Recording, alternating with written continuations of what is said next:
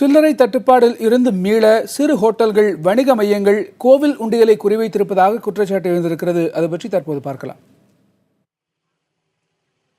500,000 ரூபாய் நோட்டுகள் செல்லாது என்ற அறிவிப்புக்கு பின்னர் போதிய சில்லறை கிடைக்காமல் மக்கள் தவிக்க கோவில் உண்டியல்களை சில வணிக நிறுவனங்கள் குறிவைக்க தொடங்கியிருப்பதாக குற்றச்சாட்டு எழுந்துள்ளது. பிரபலமான கோயில், சாதாரண கோயில், நடுத்தர இப்படி வருவாய் வரக்கூடிய கோயில்களை இந்து அறநிலைத்துறை தான் கொட்டி எண்ணுது. அப்படி எண்ணும் பொழுது அவங்க வழக்கமாக வங்கிகளுக்கு கட்டுறது தான் நடைமுறை. ஆனால் அந்த நடைமுறையை விட்டுட்டு இப்போ என்ன பண்ணுறாங்கன்னு கேட்டிங்கன்னா, ஒரு பக்கம் ஏற்கனவே 100 ரூபாய்க்கு 90 ரூபா, 1000 ரூபாய்க்கு 900 ரூபா, 500 ரூபாய்க்கு 400 ரூபா அப்படின்ற பேசிக்கில் கள்ளத்தனமாக கமிஷன் வாங்கிட்டு கொடுத்துட்ருக்குறாங்க. இது ஒரு பக்கம் போயிட்டு இருக்குது. ஆனால் அதுக்கிடையில் இந்த மாதிரி ஒரு மோசமான சூழ்நிலை, கோயில்கள் வரக்கூடிய மக்கள் பணம் தான் அது. கோவில் அருகே உள்ள ஹோட்டல்கள், கடைகள், வணிக நிறுவனங்கள் தங்கள் தேவைக்காக கோவில்களில் பணம் கொடுத்து அதற்கு நிகரான சில்லறைகளை பெறுவதாக சொல்லப்படுகிறது.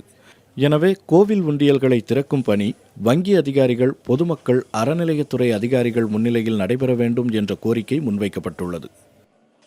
இந்து அறநிலையத்துறை சொந்தமான கோயில்களில் உண்டியல் திறப்பு என்பது பொதுமக்கள் முன்னிலையில் நடைபெற வேண்டும்.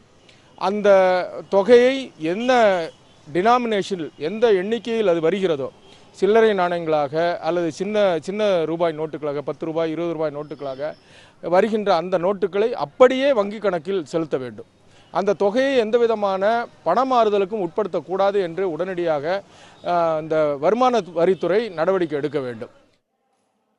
சில்லறைகள் பதுக்கப்படுவது தடுக்கப்பட்டு சாமானியர்களின் சங்கடங்களுக்கு தீர்வு காணப்பட வேண்டும் என்பதே அனைவரது எதிர்பார்ப்பாகவும் உள்ளது.